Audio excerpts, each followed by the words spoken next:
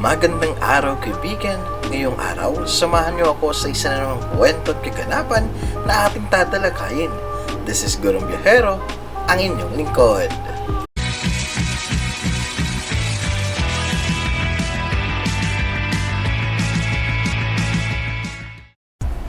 Ngayong araw, pupunta kami sa isang mahiwagang ilog na matatagpuan dito sa Silay City.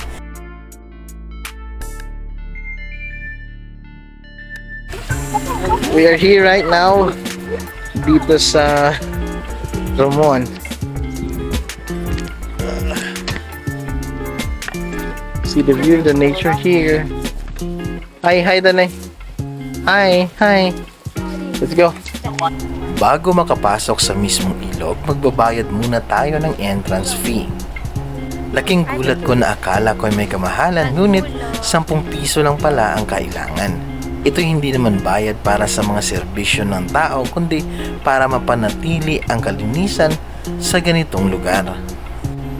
Kung napapansin nyo, dapat ko na sigurong ipakilala ang aking mga kasama.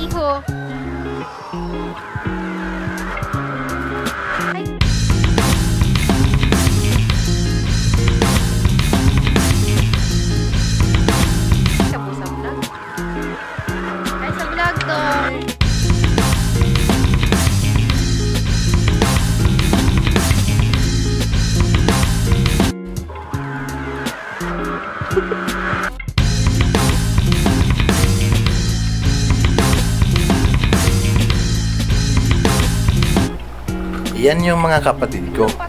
Marami man silang kaibigan na gusto nilang samahan, ngunit pinili pa rin nilang samahan ako para makita rin kung gaano kaganda ang ilog dito.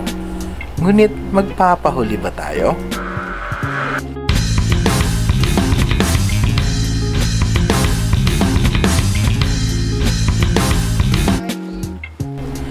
Dito nga'y bumungad na sa amin kung gaano nga ba kaganda ang ilog dito. Mararamdaman mo talaga ang lamig ng simoy ng hangin. Maririnig ang mga lagaslas ng tubig na bumubunggo sa bawat bato.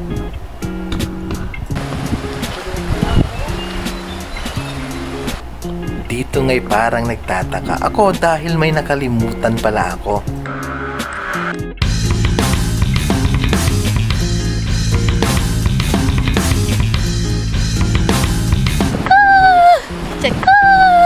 Charis. As of now, nandito tayo sa Silay City. Dito sa Sitio Lupa. Tingnan kung gaano kaganda ang Sitio Lupa. No? Isa ito sa maganda, ngunit maraming kababalagan minsan mga nababalot dito, but today I hope na hindi tayo matsatsamdahan.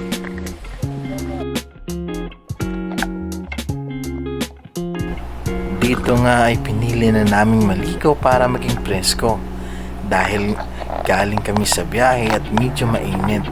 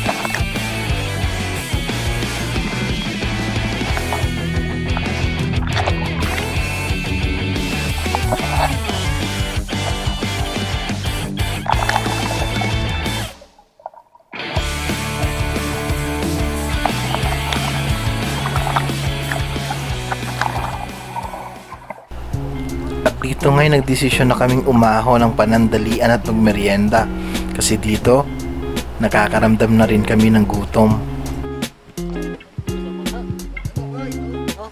Kape, gatas at asukal lang ang aming dala.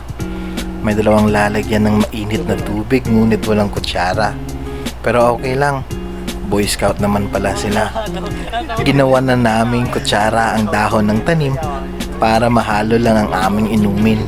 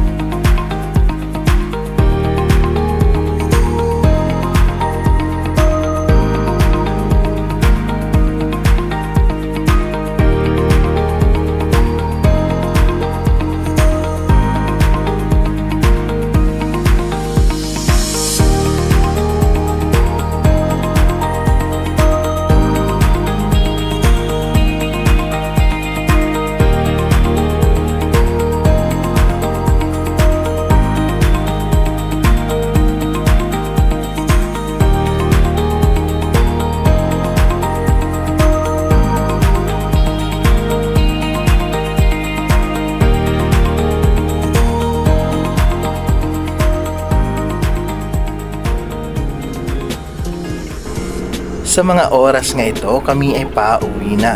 Hindi ko na nga nag-video ang mga kaganapan dahil akala ko'y naka-on ang ating camera. Habang tayo'y nagmamaneho palusong, pinagmamasdan kong kapaligiran.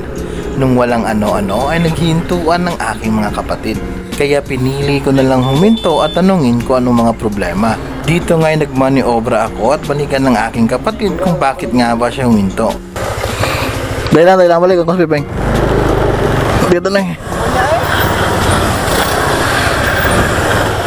Ano ka? Ben?